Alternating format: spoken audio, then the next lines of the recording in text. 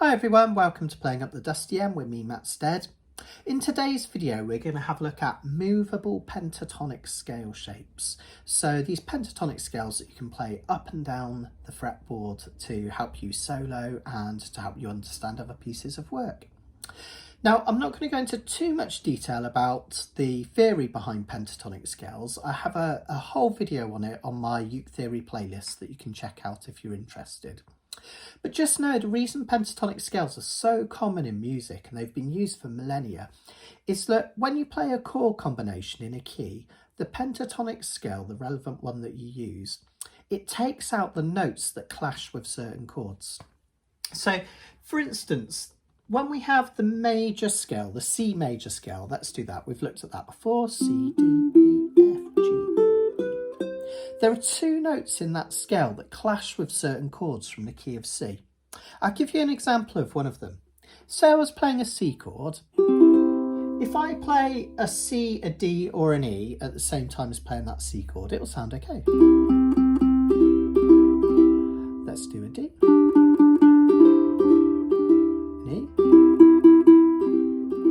An F even works. G. Look what happens when I play the B note at the same time as playing a C chord. It's not a pleasant sound, is it? The reason is that the B note is only half a step away from this C. And that creates a clash in our ears. Our ears have been trained to not like that half step clash. So a pentatonic scale just gets rid of those half steps. So a C major pentatonic scale is the C major scale with the 4th degree and the 7th degree missed out. So now we just have C, D, E, G and A.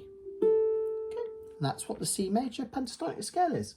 Likewise, a C minor pentatonic scale is just the natural minor scale with the 2nd and 6th notes removed. So if you did want to remember the theory behind it, a major pentatonic scale is a major scale with the 4th and 7th removed.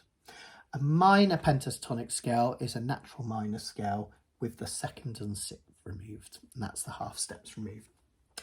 And it means that you can play any of the notes from this pentatonic scale over any of the chords in that particular key and it will sound really nice. And that's why so many guitarists, much of their repertoire is made up of playing these pentatonic scales up and down the fretboard. Now, there's another cool thing about these pentatonic scales. There's only 5 notes. Pent meaning, like pentagon means 5. There's only 5 notes to learn.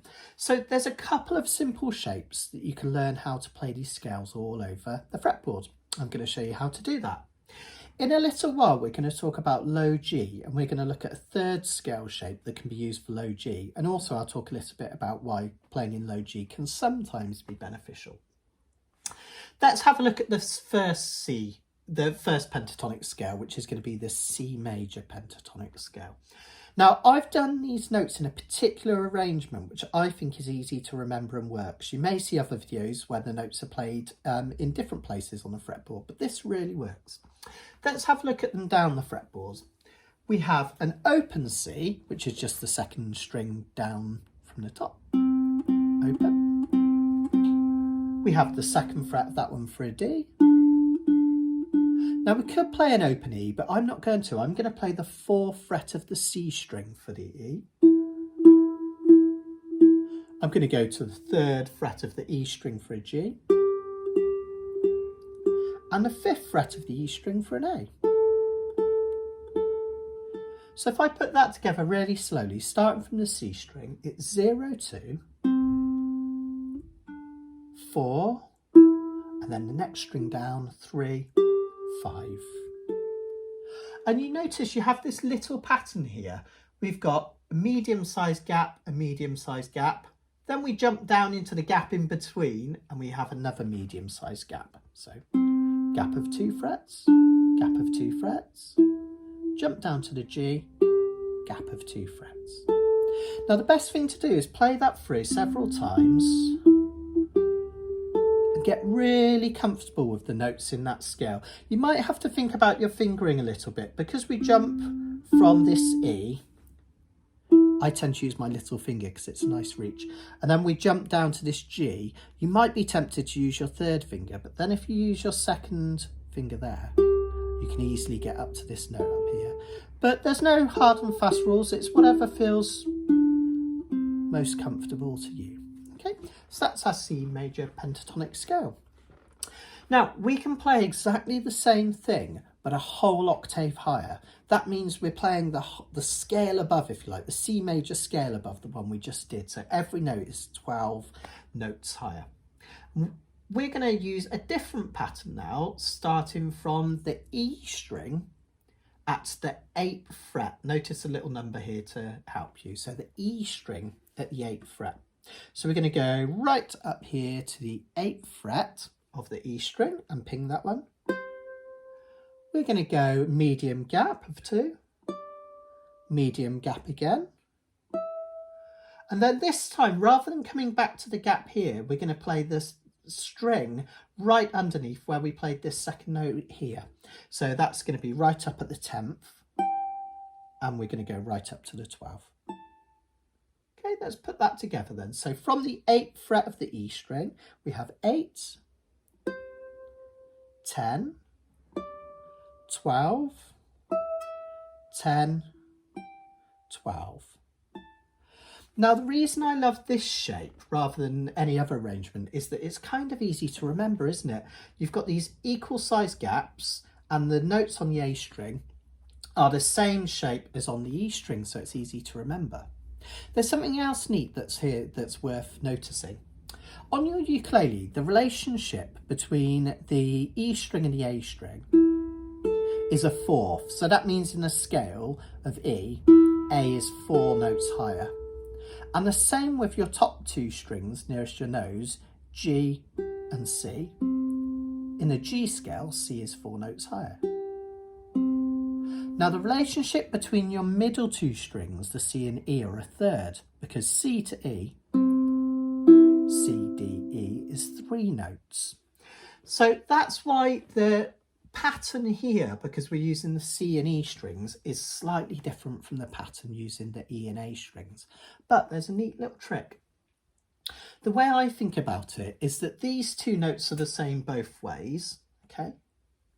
But whenever we use the middle 2 strings, the notes that are on the C string are the same as up here, but they've been slid back 1 fret. That's the way I think about it. That's the easiest way to remember it. But you'll get it with practice. It will settle in. Now, let's practice this one more time up the fretboard. So we're going to go 8 on the E string, 10, 12, 10, 12 on the A string. Now, there's a neat thing that we can do now. If you know the C major pentatonic scale up the fretboard, and you know the C major pentatonic scale down the fretboard, you can combine them together and you've got 2 octaves of major pentatonic scale to solo with and muck about with. Let's have a look. So we just need to memorise the green dots and the black dots. Let's start with the green ones. I'm starting on the C string. I'll give you the numbers as we go. We're going to go 0, 2, then we're going to go up to 4, 3, 5, right up to 8, up to 10, up to 12, 10 and 12 again on the next string. There we go, we've put those 2 scales together. Isn't that brilliant? We've got one down here, one up here, and we've gone through 2 whole octaves, which is fantastic, which gives you all sorts of options when you're soloing. Now, if I tried to just get you to remember all these dots all over the fretboard, it would be far too hard to do. But if you think of this shape here, which is the same as this shape here, but pushed back, you have it, okay, which is absolutely fantastic. Now, because these shapes are movable, we can play exactly the same shapes to play other pentatonic scale. So let's concentrate on this one up here first. Let's just do one of them. So we'll look at the black notes up here, the octave one. So we're, just as a reminder, we're going on the E string, 8, 10, 12, 10, 12. Now, because the root note, this square note, is a C, we know that's a C major pentatonic scale. Well, if we wanted to play the D major pentatonic scale, we could do exactly the same pattern 2 frets higher. Okay, exactly the same pattern, just 2 frets higher. I'll go back to the C one. Now, if I want to play the B pentatonic scale, B comes before C, we just move our fingers back and we play exactly the same pattern. B flat, and so on and so forth. Isn't that brilliant? So it's a movable scale that you can take up and down the neck to become all sorts of other pentatonic scales, which is absolutely fantastic. There's only one problem with playing these pentatonic scales in this arrangement with a reentrant uke, i.e. one with a high G. We can move this one up and down quite nicely, this scale up here, but if we want the lower octave pentatonic scale, the lowest note that we can go on our ukulele is C. So we can't get lower than a C. We can't reach a B flat or an A pentatonic scales unless we take them an octave higher. It's kind of awkward. And this is where low G can be really useful when you're learning scales. And I recommend to a lot of my students, not just because I have a ukulele shop and I want to sell you one, it's sometimes worth having 2 ukes, one tuned low G to help you with this stuff. Because there's a third shape. Can you see this orange one over here? I'm going to talk about minor later, so don't worry about that side, but let's just concentrate on this major one. If we play exactly the same shape that we played on the E and the A string for the C major pentatonic scale, but we start it on the 5th fret of the G string, exactly the same shape now, we have the lower octave C major pentatonic scale. So this will only work if you have low G. If you don't, you can just listen for a minute. So 3rd fret, 7th fret. Sorry, I'm going to do that again. I should have started at the 5th fret. Silly. 5th fret, 7th, 9th, then I'm back to the 7th and 9th again. Now notice that those are the same notes in pitch as playing this one here. It's another way of playing it, right? Now this is the advantage that these low G players have over us high Gers, okay? This pentatonic scale, starting from this C, as opposed to this one back here, has the potential to move backwards. If I move it back one, I have the B major pentatonic scale. I move it back again, the B pentatonic scale, and you guessed it, move it back again, the A.